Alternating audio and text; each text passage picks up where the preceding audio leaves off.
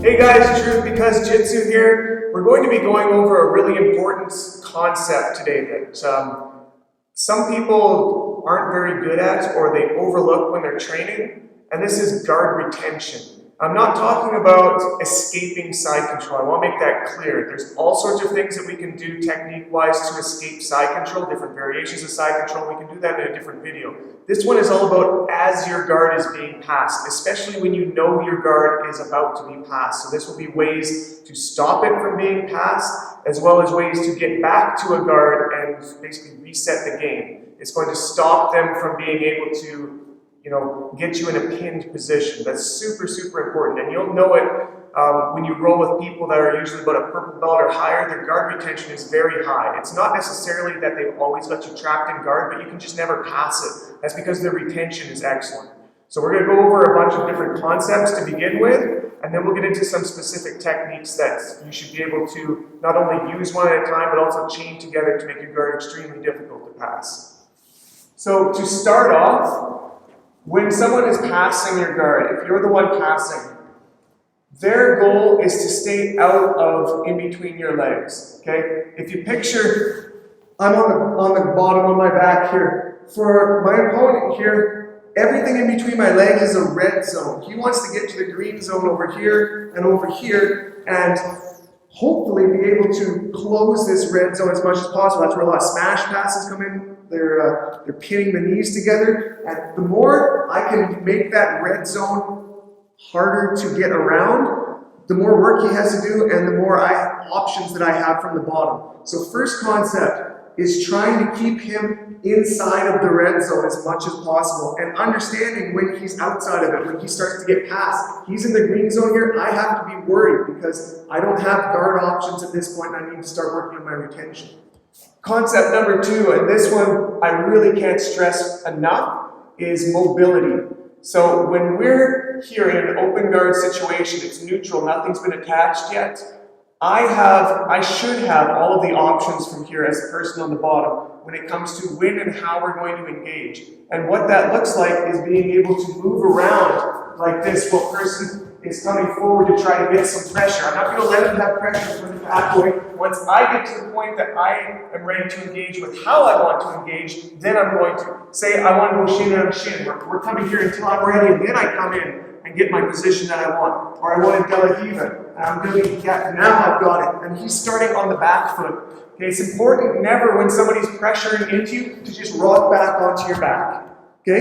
Because the number one thing that you've just given up is mobility. I can't move anymore. When I put my back on the mat, this is my spot. This is my 1 meter squared that I'm going to have to play with while he's passing until I can get mobile again. So if you can stay mobile until you're ready to engage, that's going to put you way ahead of the game. So those concepts are super important. The red zone and staying mobile. Now we'll start putting those into effect, how we're going to utilize this while our guard is being passed. So first things first. My guard is being passed. He got past my red zone. He's in the green zone here. I have to rely on what I consider my backup plan. My plan B is my arms. Okay, these are going to be everything until you can get your legs back in play and you're regarded. So frames are super important. You're going to be framing against the shoulder, against the hips, and against the head, depending what he's doing and where he is in relation to your body. You always want to have a frame on one of those things. The best thing to have a frame on is going to be his hips. Okay, so he needs to get his hips to the ground to pin me. If he gets here and I keep a frame on his hips, if Lucas tries to drop his hips to the ground, I can keep space and be able to put frames in front of it. If he gets his hips to the ground, here, now he's got me in a pinning position and I'm basically trying to escape side control.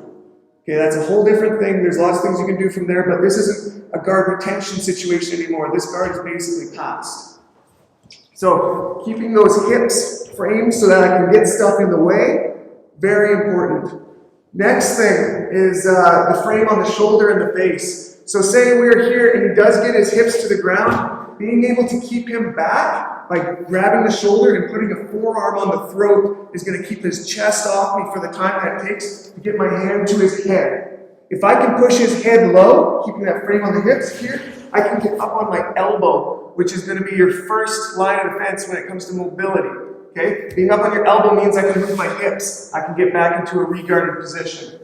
So that's going to bring us to our next concept or specific technique here. Is say I'm being passed, he's past my legs.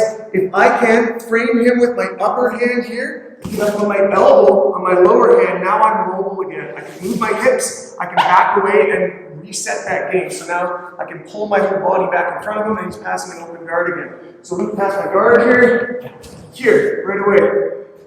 One note about getting up on your elbow here, it's very difficult if I'm framing here and try to reach back here to pull my weight up onto the elbow, because it puts a lot of stress on my shoulder, especially when somebody's pressuring in on me right here. It's going to be very painful to try to come up on my elbow. What I want to do is have my frames right here, seat them into it, and pull up straight back. Okay? First of all, it's efficient. It's just a straight line. And second of all, I don't have to lever off of my deltoids up here, which can be very painful when somebody's pressuring into you. Also, bringing my arm way up here opens all this space for him to settle down and solidify side control. Keeping my frames here takes away that opportunity. So, cover that one more time here. He's passing. Get to here. Now I'm mobile again. All I have to do is put my foot on the ground. We're doing like a technical stand-up, pulling back to get our hips mobile. And we can engage, we can re-guard, we can come to our feet, we have all of our options when it comes to mobility. Super important. Next one we're going to cover here is, it's similar to a Granby roll. It's not technically a Granby roll, but what I'm doing is say, I'm getting past here, I've got my frames, but I don't have time to get up on my elbow here. So he's coming down low like this. Yeah, I'm here. I'm going to, instead of turning my whole body towards him, which is not a bad reaction, right? You can get knees in front, you can start putting all of your frames in place. I'm going to put these two frames in place and turn my hips in opposite directions. So turn 180 or 90. So I've got these frames here, and I'm going to turn my hips away so that I can swing this now upper leg around like this to put him back in the red zone. So again, we're here, we're getting past. I'm not going to necessarily strip this way to try to bring my leg in, which could be an option, but it's the most common option that they're going to have like a hand in front of the hip to try to block that. So I'm going to turn away and swing in like this. Nice and wide so that it ends up in that red zone. Now we're playing open guard again. Last one I want to go over, and this one I would consider a last resort because some people play their guard pass to initiate this reaction, and that's going to turtle. So understand, if you're going to be the one who's turtling up, you have to react right away once you get to that turtle. It's not a position that you can just hunker down on and wait for them to figure out what they're going to do, because chances are they're going to take your back. So what I want to do when I'm being passed and I've decided to go to turtle is I'm going to turtle away like this. And now I've got two options. One is I can re-guard by turning towards him, and to do that I'm going to frame here to make space and pull this in here in front so I can put it in that red zone again. Again, this is a fast movement. So we're here getting past, I come up and we're framing back into the red zone. Second option from there is I'm turtling up.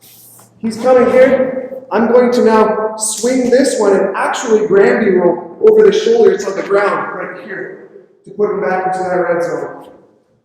Again, he's passed. I'm getting turned like this.